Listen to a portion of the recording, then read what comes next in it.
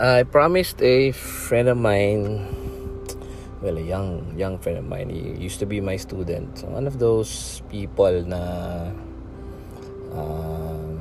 naging estudyante mo, naging close sa'yo. Eventually, naging under mo as teacher, no? Sa ako yung naging dean.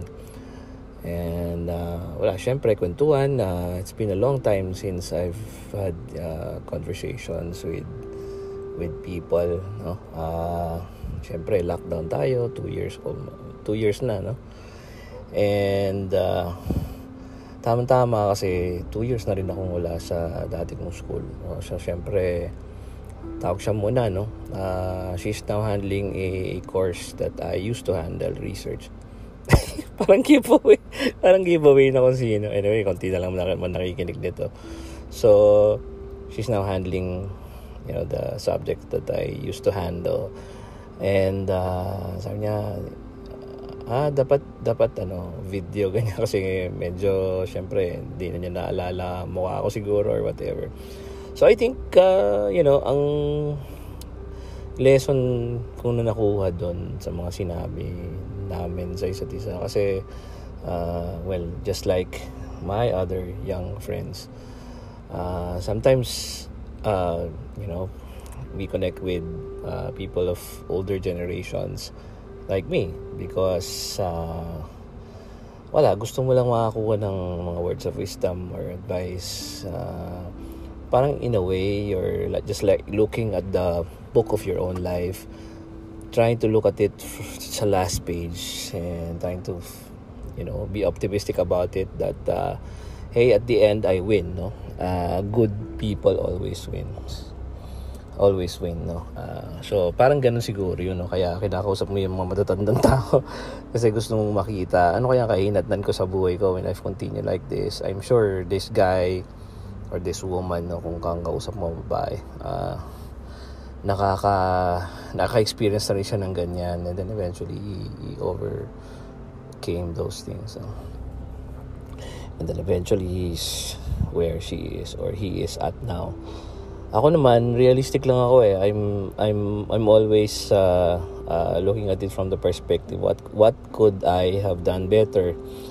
Sabi ko nga sa kanya, alam mo, para sa lahat ng mga estudyante ko na mga sinasabing mga bataan ni George yan, parang ang laging sa akin is about yung nalilito ako anong gagawin ko sa buhay, and all that. Sabi ko, meron ba akong maling in-advise or something when you were younger?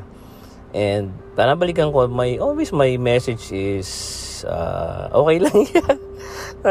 Okay lang yan. So, ganun talaga ang buhay. Okay lang yan. Life treats you the same, that way. And whatever happens, life has a purpose. God will, explain to you the meaning of every drop of rain that falls in your life in the end. And I promise you, I guarantee you that. And if He does not, then I will make away to Him. I will tell you myself. Parang gano'n lang naman ang message ko na, go explore yourself and you're still young, ganyan. Siguro, in a way, kailangan naman talaga ng tao yun no? Tinidefend ko yung sarili ko. Kailangan naman talaga ng tao mag-explore to find out where your heart is. And sometimes, sinisisi ko yung sarili ko na 30 years old. Hindi naman siya 30, no? Pero, a lot of my younger friends who used to be my students are past 30 na, some of them, no? Yung first batch, at least, when I started teaching, mga high school yun, 4th year. And they were 16. And 2002 yun, no? So, plus 19. So, mga 35 na sila ngayon. Come to think of it, almost pushing 40. Imagine. And they used to be 16-year-olds, In my mind, they are young people. And syempre, I'm 50. So they're really younger than I am. And when I was 30, 35, it used to be I would say, prime of my life. Parang kaya mo pang gawin lahat and all that. May mga bagay na sinusuko ka na rin. Hindi na ako magiging chess grandmaster or something like that, no? Hindi na ako magiging gando. Hindi ko na kaya maging lawyer, whatever, no? Yung mga dati mong pinlano. Pero as time goes by, makita mo na, wow, your whole life is still ahead of you. And yes, sometimes natatakot ka na, what if, it ends everything. It ends tonight or tomorrow or the next day. And as long as you have lived your life well, looking back, makita mo yung mga bagay na dinaanan mo and all that. And as long as you have touched spiritually a lot of people along the way, your ripples will never end. It's like like a water flowing. When it touches another form of water, it never loses its waterness. It's just wets the other form of water, and it just intersects with each other, and the ripples flow over and over again to the ends of the world. I think that's the whole point of intersecting with people. And pero para sa akin, imagine if you're going to live your life up to 100, which I plan to do. 50, 100, 50 years, it's just 50% of the way. Lalo na yung mga 35, akala mo yan na yung end of turn now, parang wala ka nang mangyayari sa buhay mo. And then come to think of it, after 2 years, after 3 years, may bago na namang chapter pala, ang buhay mo, parang kang series na hindi matapos, parang ganun. Laging meron kang new adventures to look forward to. So usually ang message ko to para sa mga friends nga natin na ganyan, parang hindi naman sila nawawalan ng purpose. Well, siguro nawawalan sila ng purpose, pero para sa akin, temporary setback lang yun eh. Sometimes you say things na hindi naman talaga absolutely meaningless, hindi rin naman absolutely meaningful. When you say those things, wala na akong purpose. It's just on that day, maybe at that lousy moment when you had no purpose, But somehow you get by, after 2 seconds, 3 seconds, 2 days, 3 days, 10 days, whatever, Yeah, the wounds or the bruises just heal themselves, and you're okay again, diba? So whatever you said that was lousy or desperate, or whenever when you were depressed, lahat naman yun lumilipas, and then you're okay again, diba? So kaya nga ako siguro ang resolution ko is never to utter meaningless words again. Yung meaning, siyempre hindi naman nangyayari talaga yun. Sometimes in a fit of rage or whatever, fit of, I don't know, desperation, sadness, whatever. Sometimes you say things na in the end, pagsisisihan mo, wala naman palang meaning. You never cared for me. Sometimes nagsasalita ka ng ganyan. Ako, wala na akong ginawang tama sa'yo. So, diba? Something like that. Those are lousy and meaningless thoughts na you could have avoided saying those things na lang, and just kept quiet. Kasi when you kept quiet, walang nasaktan, diba? Wala kang nasaktan na tao. Minsan kasi mahirap nang bawiin yung sinabi mo na, lalo na kung maraming tao nakarinig, o kaya naman napahiya mo siya publicly, right? Ang hirap nang bawiin yun, di ba? So, parang buong buhay niya, daladala na niya yung sinabi mo, and you don't know the ripples of your words, how it goes to the ends of the world, again, in a negative way. Kaya nga dapat talaga you make your words, beautiful. Not naman to the point na parang binubola mo na lang lahat ng tao, hindi naman ganun. Pero dapat yung words na sasabihin mo would be building rather than destroying. Sometimes yung gusto mong i-build na di-destroy, but at least it's not intended, and you seek to build. May my words be uplifting rather than depressing other people. Mas maganda kasi yung ganun, na mas na-uplift mo yung mga tao na sa paligid mo, and just to give them a little meaning, just to continue moving on. Kasi hindi lang naman ikaw yan, maraming tao na sa paligid niya na magbibigay din sa kanya ng little inputs of love here and there. And ang mahalaga, pag dumaan siya sa'yo, at least ang nasabi mo ay maganda, tama, hindi mali. Okay? Kasi yun, mahirap yun. Hindi mo na mababawi. No? Hindi mo na siya magagather ulit in one instant. And then try to rebuild again, whatever you said that was lousy and bad and, meaningless.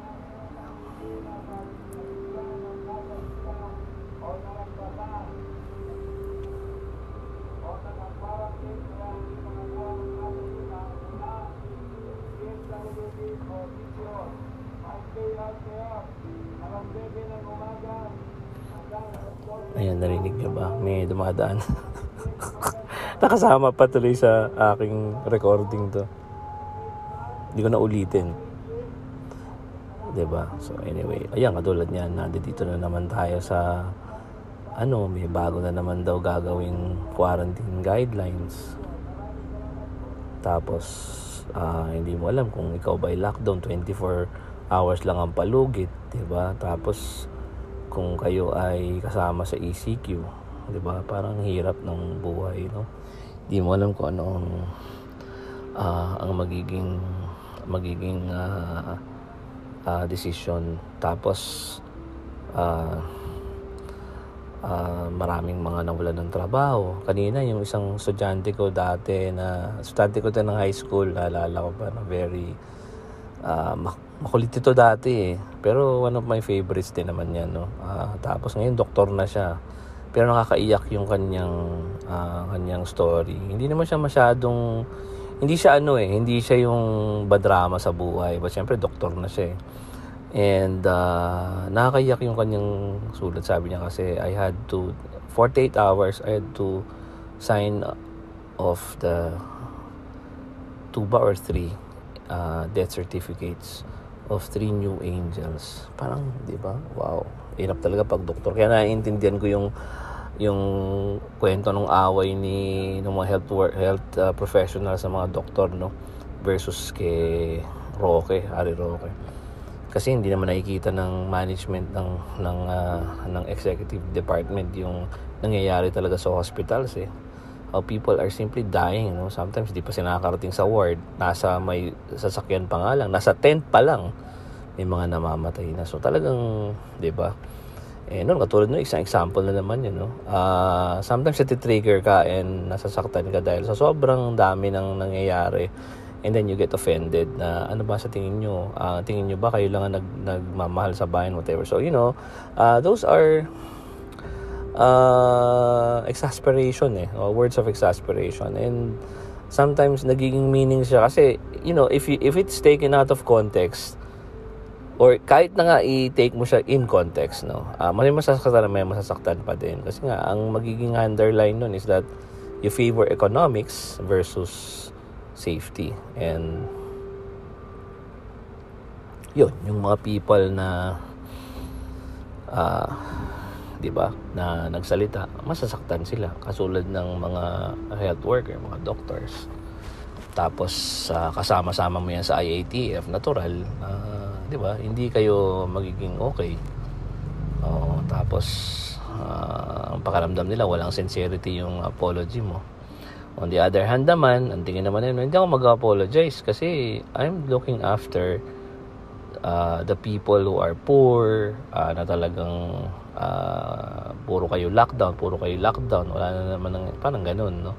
Umanap tayo ng way para hindi naman ganun ang laging lockdown, parang ganun, no? Pinagbigyan na namin kayo for a long time. Ayan, yan ang mga banat ni Harry Roque. So siyempre, again, pareho silang tama, and then siyempre talaga magde-decide ka. The hard decisions have to be made. Patay nasa gera talaga, and wala talagang tamang decision dyan afterwards. You will forever say bad things about the current administration after this, kasi nga, who could have done it better? I don't know, no? Maybe meron ang iba, no? Parang si Laurel lang ng Japanese government ang nandito. No one knew not a lot of people knew what he did for the country, paano niya sinuportahan at protektahan yung mga Pinoy, during that time. At kailangan niyang gawin yun kasi siya na iniwan di ba? So anyway, ganun yun. So kahit na mait ang ulo natin, kahit na feeling natin na naapi tayo, ganun kasi, ganun yung feeling na iniinsulto tayo ng mga tao, hindi nila nakikita yung words natin. Alis nyo sa isip at puso nyo yun, no? Huwag nyo isipin yun. Kasi talagang yun yung, pag nagsabi na tayo about dapat, yun ang mga ganyan, dapat ito ang treatment nila sa akin jokingly, sabi ko nga doon sa aking kaibigan na yun, the reason for this piece. Alam mo, wala na akong narinig sa'yo di reklamo. Pero, I can say that to her kasi syempre, natin yan, love natin yan. Saka talagang kaibigan natin yan. Hindi naman siya talaga siya mareklamo. Talaga naman ganun ang normal sense ng natural. Sasabihin niya yung naramdaman niya. And kaya niya sinasabi yun ng ganun kasi kaibigan niya ako, 'di ba, kaibigan. Yung mga sinasabihan lang naman niya yun yung talagang close sa kanya, 'di ba? Hindi naman niya magrereklamo sa social media at magsasalita ng masasamang salita sa mga taong, 'di ba? Yun. So but 'di ba, maraming tao na nag-utter ng mga meaningless words sa ibang tao. Kasi nga out of this depression, desperateness, exasperation, hindi lahat ng bagay, lahat ng tao na dumadaan sa buhay mo papatulan mo lahat ng sinasabi nila, lalo na kung hindi naman sila importante. Bakit mo naman sila papatulan, no? Sa lahat ng sasabihin ba naman nila, sasagutin mo din, blow by blow. Sinabi niya to, sagutin mo din. Sinabi niya, sagutin mo, di ba? Kasi na-depress ka na tasaktan ka kasi ang feeling mo ay, ano ba to, hindi ba nila nire-respeto yung na-achieve ko sa buhay? Yan. Matalino ba sila? Mas matalino ba sila kaysa sa akin? Kaya ba nila itong ginagawa ko? Ganun ang mga iniisip mo dyan. Ako mismo, ganun din minsan, no? Kasi nasasaktan ka na, bakit nila ako pinagsasabihan ng ganito? Hindi ba nila nakikita yung, what the things that I am going through? Kaya ba nila itong ginagawa ko? Actually, hindi naman sila personal sa'yo dun, no? Yung little aspect lang of your work, yun lang yung pinag-uusapan. Kailangan lang talaga maging hindi naman sobrang positive. Basta wag ka lang negative. Wag mo lang siyang personalin. Lalo na pag trabaho, kasi trabaho lang yun. Kasi pag nasa trabaho ka, marami kang maririnig ng mga bagay o mararamdaman ng mga bagay na ang pakiramdam mo ay personal. Pero actually, hindi naman yung personal. It's a call on the system rather than yourself. So, huwag kayong masasaktan pag ganun. So, here's to all my young friends who are now getting older, just like me. Of course, I'm much older than you. Let all your words be measured. Ang tanong nyo lang naman, is it going to be, is it the truth? Diba? Sabi nga yung four-way rule Is it true? Is it is it fair to all concerned, 'di ba? Isa pang mo diyan na-research mo ba yung facts bago ka nagsalita? Mahirap kasi yung nakikita mo lang isang aspect lang. So, ano mo yung buong facts and then saka ka mag-decide and then magsabi ka out of, in the end, pag si Mother Teresa nga ang tinanong mo dyan Mother Teresa, ay wala na pala siya, pero if she was alive and she was with you, Mother Teresa, okay, how do I respond to this? Now, sasabihin mo na naman niya yung four-way rule. But then, she will probably ask you the most important question of all. Is what you're going to say, is it a testament of love? Or is it a testament of hate? Diba? So, yun lang ang pag-aanuan mo. Are you going to say that because you love the person? Or are you going to say that because you hate him for what she said or what he said or what he has done to you? Sometimes you have to say bad things, no? Sometimes, hindi ko naman sinasabing you have to, but sometimes, at the spur of the moment, kailangan mong salita. Kasi parang inaapi ka na, dinedefend mo yung sarili mo, right? Pero don't say words that you will probably, regret in the end. So may all your words be words of uplifting, of love, of prayer, of wellness, of being at peace. Kasi you just live your life once At least this consciousness, this awareness. Who knows what your life will be in the next life, Who knows how that will be? No one knows, right? So while you are here, while you're present in the moment, just say the words that will uplift the other person or yourself. Kasi whatever you say or, say to the other person, probably he or she will forget it in the next, 10, 15 years, 20 years. But you, the more you say bad words to other people, actually you're saying it also to yourself. Kasi it reflects back to you. Your ears hear it. Diba? Your mind understands it.